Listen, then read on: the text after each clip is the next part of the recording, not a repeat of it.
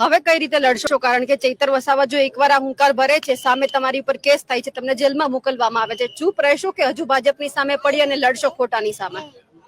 તમે જોયું હશે ભાજપના ઘણા ધારાસભ્યો પર ગંભીર ગુનાઓ છે, એમને કોઈ પોલીસ પકડતું નથી.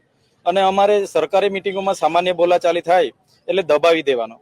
ચૈતર વસાવાનો અવાજ એટલા માટે દબાવવામાં આવે છે કે ચૈતર વસાવે ભૂતકાળમાં ફ્રી સિપ કાર્ડ માટે લડ્યા છે, પોસ્ટ મેટ્રિક શિષ્યવૃત્તિ માટે લડ્યા છે, ટેટ પાસ ઉમેદવારો માટે લડ્યા છે, આઉટસોર્સિંગ કર્મચારીઓ માટે લડ્યા છે, ફિક્સ પગાર કર્મચારીઓ માટે લડ્યા છે. જ્યાં પણ અન્યાય થાય ચૈતર વસાવા લડે છે, એ ચાહે જીબી હોય કે કંઈ પણ હોય.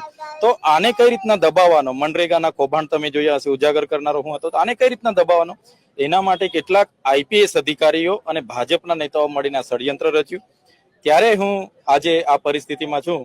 પણ આ મને જનતાએ મત આપીને ધારાસભ્ય બનાવ્યો છે, ત્યારે મારો આ એકલાનો અવાજ નથી, અમારી જનતાનો અવાજ છે.